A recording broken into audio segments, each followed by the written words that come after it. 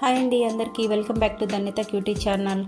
మనము పండుగల సీజన్లో ఫస్ట్ మనము రెడీ చేసేటటువంటి రెసిపీ దద్దోజనమే కదండి. అందుకే ఈరోజు నేను దద్దోజనం రెసిపీని చూపిస్తున్నాను. దీనికోసము నేను ఫస్ట్ రైస్ని బాయిల్ చేసి కూల్ చేసేసుకున్నాను. ఇప్పుడు మనం ఎప్పుడైనా దద్దోజనం చేస్తున్నప్పుడు రైస్ అనేది కొద్దిగా కూల్గానే ఉండాలి.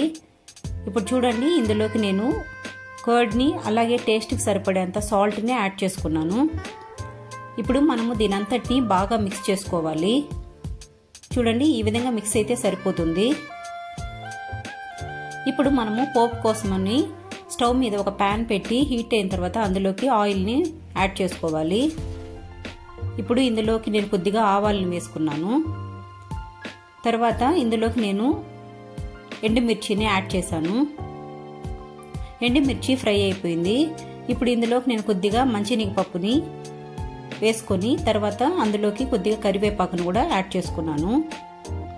దీనంతటిని ఒకసారి మనం బాగా కలుపుకోవాలి. ఇప్పుడు ఇందులోకి నేను కొద్దిగా గ్రీన్ చిల్లీస్ని యాడ్ చేశాను. ఇలా గ్రీన్ చిల్లీస్ని యాడ్ చేసి మనము కర్డ్ రైస్ని రెడీ చేస్తే టేస్ట్ అనేది చాలా బాగుంటుంది. చూడండి, పోపు అనేది ఇప్పుడు రెడీ అయిపోయింది. ఇప్పుడు మనం ఆల్రెడీ మిక్స్ చేసి పెట్టుకున్న కర్డ్ రైస్లోకి ఈ పోపుని తీసుకెళ్ళి యాడ్ చేసేయాలి. దీనంతటిని ఒకసారి కలుపుకోవాలి. ఇప్పుడు ఇందులోకి నేను కొద్దిగా పొమగ్రనేట్ సీడ్స్ని యాడ్ చేస్తున్నాను. పొమగ్రనేట్ సీడ్స్ని కర్డ్ రైస్లో వేస్తే చాలా టేస్టీగా ఉంటుంది. ఎవరైతే కర్డ్ రైస్ తినకుండా ఉంటారో పిల్లలు కూడా ఈ కర్డ్ రైస్ని చాలా ఇష్టంగా తింటారు. అంతేకాకుండా మనం చేసే కర్డ్ రైస్కి మంచి టేస్ట్ అనేది వస్తుంది. చూడండి ఎంత కలర్ఫుల్గా ఉందో. మీరు కూడా ట్రై చేయండి, చాలా బాగుంటుంది. అలాగే మీరు కానీ ఫస్ట్ టైం నా ఛానల్ చూస్తున్నట్లయితే లైక్ చేసి సబ్స్క్రైబ్ చేసుకోండి.